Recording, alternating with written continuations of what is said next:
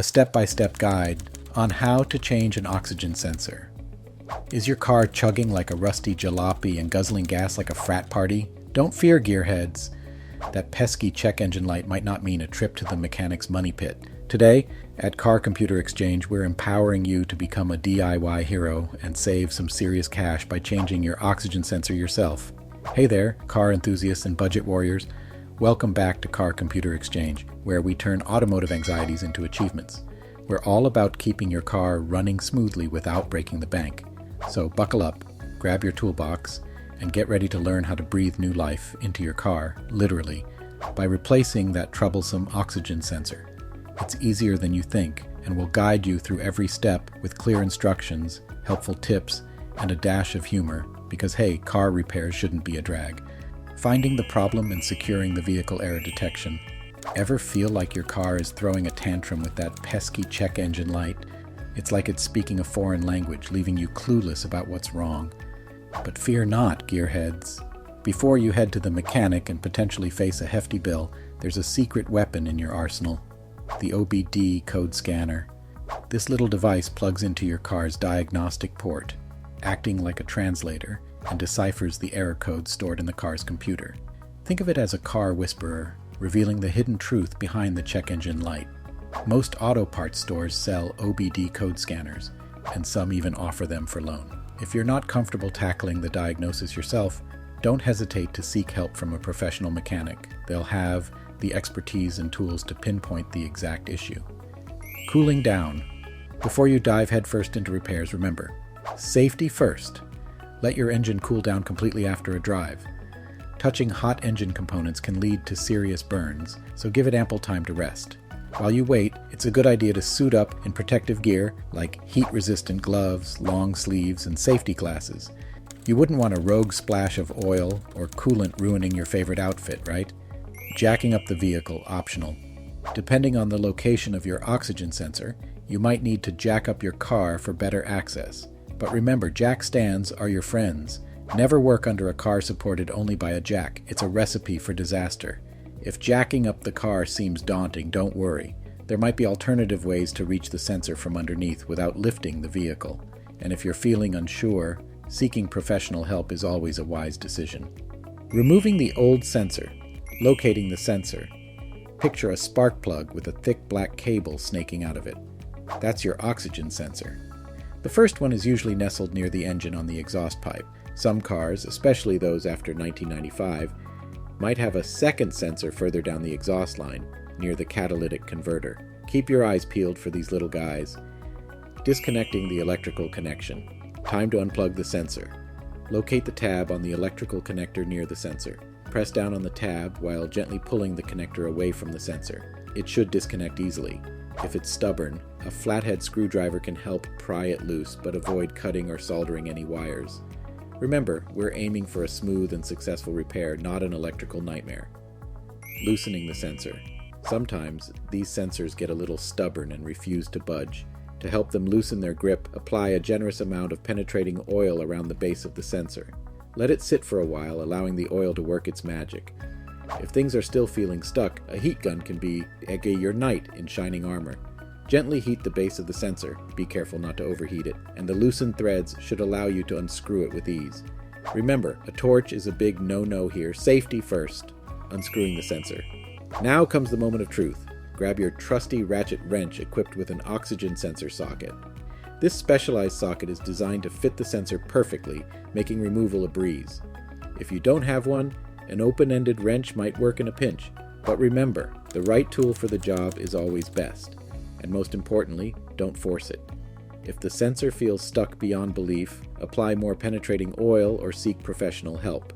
A broken sensor is definitely not on our DIY wish list. Alright gearheads, halfway through this oxygen sensor swap, and I'm betting some of you are feeling like MacGyver with a toolbox. How's it going? Did you find your inner mechanic, or are you starting to miss the comfort of your couch? Let me know in the comments below, and don't worry, the hardest part is over. Now, let's get this new sensor in and breathe some new life into your car. Installing the new sensor. Choosing the right sensor. Congratulations, gearheads. You've successfully wrestled the old sensor out. Now it's time to give your car a breath of fresh air with the new one. But before you get too excited, remember, compatibility is key. Don't be tempted by the siren song of cheap, off-brand sensors. They might seem like a good deal at first, but trust us, they can lead to a world of headaches down the line. Think of it like this: your car's computer is like a picky eater. It needs the exact sensor model it's used to, just like your finicky friend who only orders the chicken parmesan at every restaurant. So, to avoid any indigestion, both literal and metaphorical, stick to the manufacturer-recommended sensor for your specific vehicle make and model. Your car will thank you for it. Applying anti-seize. New sensor in hand, it's time to prep it for its new home. Ever heard of anti-seize? This magic potion is your friend when it comes to preventing future headaches. It's a special lubricant that goes on the threads of the new sensor, acting like a shield against rust and corrosion.